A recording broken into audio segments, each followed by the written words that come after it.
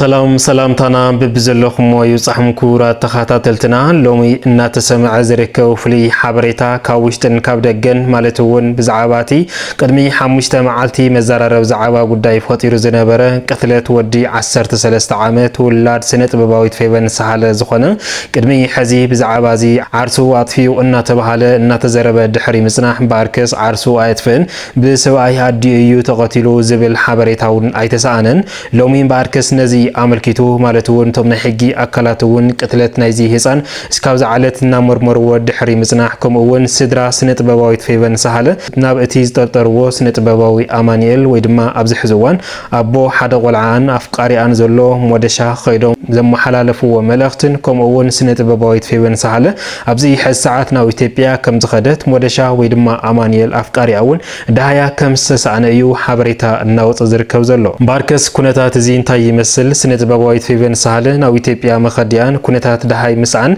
سنه طبباوي امانيل خ مشطرو انتايو تي وعرسوات في استوهاله ودي 13 عامت خ قتاليو من خونه نزبل زرزرو ناباخم كنبلينا كابزي بتوساخ دما او تيك توك مزاررب زعابا غداي خوينو زنبره فقري دانايت مس داويتون كم سقارص زفلطيو ነገር ግን አብዚ ሕዝዋን ብዛዓባ ዞም ክልተ ፍቁራት ዝነበሩ ህይወቶም ናብ ኸሊ አምሪሑ ዘሎ ዳዊት አብዚ ሕዝዋን ካሊቲ አፍቃሪት ሳምሪ እትባሃር ረኺቡ ምስ ሳምሪውን ህይወቱ እናመርሐ ከም ዘሎ ይናተሐበረ ዘሎ ነገር ግን አብዚ ሕዝዋን እታ ናይ ቀደም አፍቃሪቱ ዲኑ ማለቱውን ቅድሚ ሕዚ ብዙሕ ፈተናታት ዝበጽሕን ፍላይ ድማ ሓዋ ምናሳ ኣብ ሊብያ ሞይትዋ ብዙሕ ስቅያትና መሐላለፈት ዝነበረት አብዚ ሕዝዋን ውን ዘመሐላለፈቶ መልእኽቲ ንዳዊት አመልኪቱን ከም ድማ ንስድራውን ዝሓወቱ حبريت الله زينتا يمسل نزبل تعصادو ويس حاجوس نزبل زرزرونا باخم كنبل نخون بتوسخ دما اب محوراو ميديا بالعل زخونه እና ተዘርግሐ ዝርከብ ዛንታ حقوق انزا بزبل مالتون ازي حقوق انزا زبل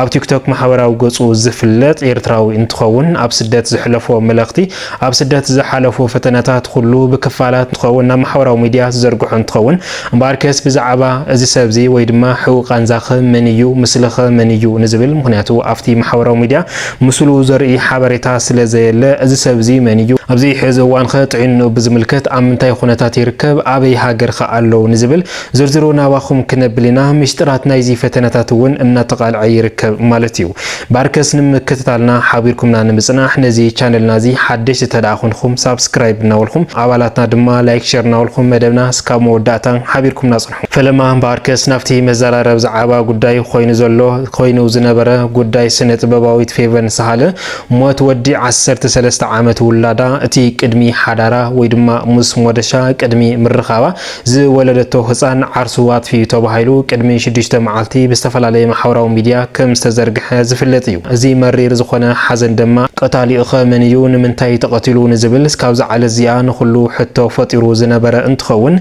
نايزي حتى زي دما بترطاري مالتون سباي اديو قتلو قدميون مسمع مع عينورن ان تباله نسنه طبباوي امانيل ወይ ድማ ሞደሻ እና ተጠርጠረ ከም ዝነበረ ዝፍለጥዩ ካብዚ ሓሊፉ ድማ ስድራ ስነ ጥበባዊት ፌቨን ሰሐለ ነቲ ጥርጥርዎ አካል ሞደሻ ወይ ድማ ስነ ጥበባዊ አማኒኤል ናብ ሕጊ ንቀርውን መጸዋዕታ እናቅረውሉ ከም ዝነበረ ዝፍለጥዩ እዚ ከገብሩ ዝኽአል ድማ ብዛዕባቲ ቅድሚ 3 ወርሒ ስነ ጥበባዊት ፌቨን ሰሐለ ኣብዱዋይ ኮይና ዓርሰይ ከጥፊኢለ እናወለትሉ ዝነበረት ምኽንያቱን ብሰንኪ ዘይቀሱን ሓዳራ ምዃኑ ተፈሊጡ ምስ እቲ አፍቃሪ አውን አቡ ዙሕራብሻ ከም ዝነበረ ተሓቢሩ እዩ ካብዚ ተበገሰ ኢምባርከስ ንሱ ቀቲልዎ ክኸውን ተዋሃይሉ ጥርጣሪ እሕዲሮም ነቲ በዓል ገዛ ዘሎ ኣብዚ ሕዝዋ ናብ ሕጊ ንቀርብ መጸዋዕታ እናቅረውሉ ዝርከቡ ማለት ይኩራ ሰማዕትና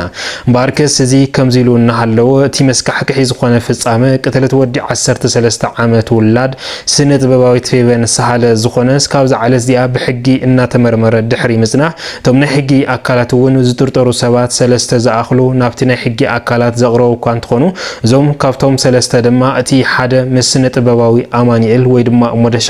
ዘለዎ ርክብ ልዕል ምዃኑውን ገሊጾም ነይሮም እዮም ማለት እዩ ሎሚ ብዛዕባዚ እናወፀ ዝርከብ ሓበሬታ ግን ስነ ጥበባዊት ፌቨን ሰሐለ ሎሚ ካብ ኤርትራ ናብ ኢትዮጵያ አምሪሓ ከም ዘላ ናይዚ ናብ ኢትዮጵያ ዘኸዳ ጉዕዞ ግን ስካብ ዝዓለት ዚኣ ምሽጥሩ ከም ዘይተቃልዕውን እናተፈለጠ ይርከብ ማለት እዩ እዚ ከምዚሉ እናሃለወ ግን ስነ ጥበባዊ አማኒኤል ወይ ድማ ሞደሻ ኣብ ዝዕለት እዚ አፍቃሪያ ወይ ድማ አቦ ሓደ ቆልዓ ዝነበረ ሳናው ኢትዮጵያ ኣብ ዝኸደትሉ እዋን ማለት እውን እቶም ስድራ ፌቨን እውን ናብ ሕጊ ኣብ ፀውዕሉ እዋን እዚ ሰብዚ ድማ ደሃዩ ተሳይኑ እናተባሃለ እውን ናይዚ ደሃዩ መሰኒዩ ምኽንያት እንታይ እዩ ስነ ጥበባዊት ፌቨን ሳሃለኸ ናብ ኢትዮጵያ መኸዲያ እንታይ እዩ ንዝብል ንኹሉ ሕቶ ኮይኑ እኳ እንተሃልየ ነገር ግን እስካብ ዝዓለት እዚኣ ዝተፈለጠ ሚስጥር የለን እቲ ቅትለት ግን ብዓርሱ ከም ዘይሞተ ኣብ ሕክምና ተረጋጊፅሎ መን እዩ ቀታሊኡ ንዝብል ድማ ቶም ናይ ሕጊ ኣካላት ተወሳኽቲ ምርመራታት ገይሮም እናመርመሩ ከም ዝርከቡን ሓበሬታ እናወፀ ይዝርከብ ዘሎ ደሃይ ስነ ጥበባዊ ኣማኒኤል ወይ ድማ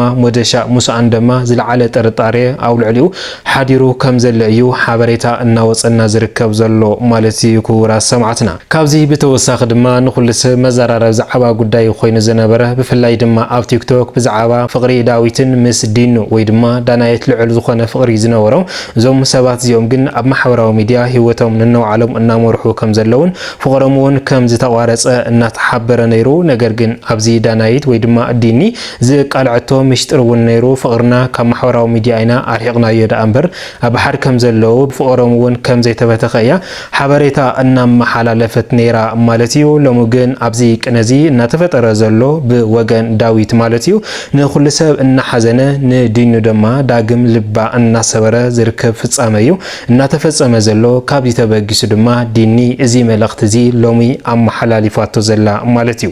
ዲኑ ምስ ዳዊት ልውሕ ዝበለ ፍቅሪ እኳ እንተነበሮም ነገር ግን እዚ ዝነበሮም ፍቅሪ ተቋሪፁ ንናው ዓለም ሂወት ድማ ምምራሕ ጀሚሮም ዳዊት ድማ ኣብዚ ሕዚ እዋን ምስ ሳምሪ እትበሃል ኤርትራዊ ተፋሪጡ ሕዚ እውን እንተኾነ ጽቡቕ ሂወት ጀሚሩ ከም ዘሎ እዩ ሓበሬታ እናወፀ ዝርከብ ዘሎ ካብዚ ተበጊሱ እምበኣርከስ ዲኑ ዘመሓላለፈቶ መልእኽትላ እዚ ድማ መረረት ዝበዝሖ እንትኸውን ብፍላይ ድማ ደቂ ኣንስትዮ ኤርትራውያን ማለት እውን ኣብ ኤርትራ ዘሎ ሕማቕ ነገር ኢላ ዝጀመረት እንትኸውን ሓንቲ ኤርትራዊት ንሓደ ኤርትራዊ ኣብ ዘፈቀረትሉ እዋን እሞ ድማ ብዝተፈላለየ ምኽንያት ኣብ ዝሓደገትሉ ኣብ ዝገደፈትሉ እዋን ነቲ ኣፍቃርሱ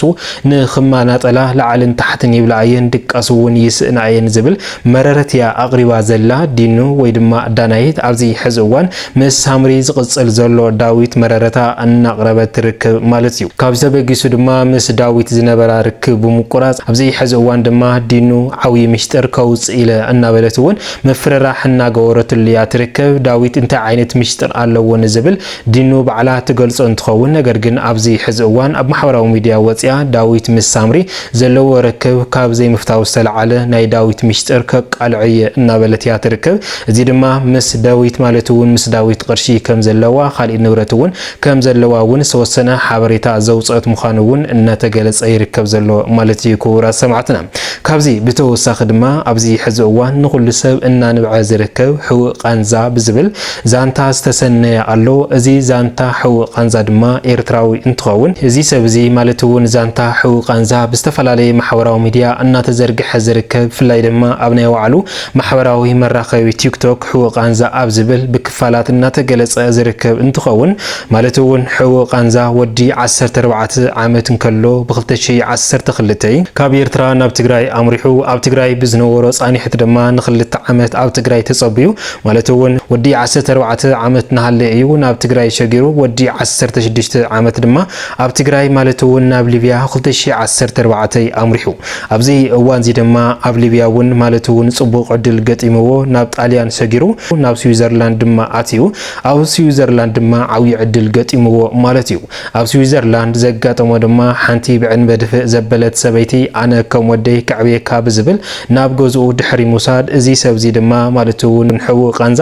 ብዕድመ እውን ንእሱ ስለዝነበረ ኣብቲ ግዜ ንሱ ግን ጉቡእ ዝኾነ ትምህርትን ምክንኻንን ረኺቡ ሂወቱ እናመርሐ እናሃለ እዩ ካብዚ እዋን እዚ እውን ድማ እዚ ሕውቕ ቃንዛ ኢሉ ጽሒፍዎ ዘሎ እቲ ቃንዝኡ ዝጀመረ ማለት እዩ ምስ እታ ከዕብየካ ኢላ ዝወሰደቶ ሰበይቲ ጽቡቕ እናነበረ ጽቡቕ ሂወቱ እናመርሐ ከለ እዩ ሓወብኡ ደው ኢሉሉ ኣብዚ እዋን እዚ ድማ ካብታ ሰበይቲ ወፂኡ ናብ ሓሸሽን ጫትን ንኽወፅ ድማ ደፋፊእዎ ካብዚ እዩ እምበኣርከስ እቲ ሕውቕ ቃንዝኡ እናጀመረ ዝመጽእ ማለት እዩ እዚ ሰብዚ ካብ እታ ሰበይቲ ድሕሪ ምፍላይ እዚ ሰብዚ ሂወት ጸልሚታቶ መገዲ ጸልሚትዎ ድሕሪ ድማ ናብ ዝተፈላለየ ሃገራት እናተንቀሳቐሰ ኣብዚ ሕዚ እዋን ድማ ካብቲ ዝነበሮ ዓዲ ኢሮፓ ናብ ኡጋንዳ ተመሊሱ ኣብ ኡጋንዳ ድማ ኣብ ሓሸሽን መስተን ይውዕል ከም ዘሎ እዩ እናተሓበረ ዘሎ ማለት እዩ እምበኣርከስ ሎሚ ዝወናዮም ዝርዝር ሓበሬታና እዚኦም ይመስሉ ነይሮም እስካብ መወዳእታ ሓቢርኩምና ጽናሕኩም ካብ ልቢ እናመስገና ኣብ ዝቕጽል መደባትና እስካብ ንራኸብ ሰላም ሰናይ ጻንሕቲ ጎረልኩም ሰላምታይ ንዓኹም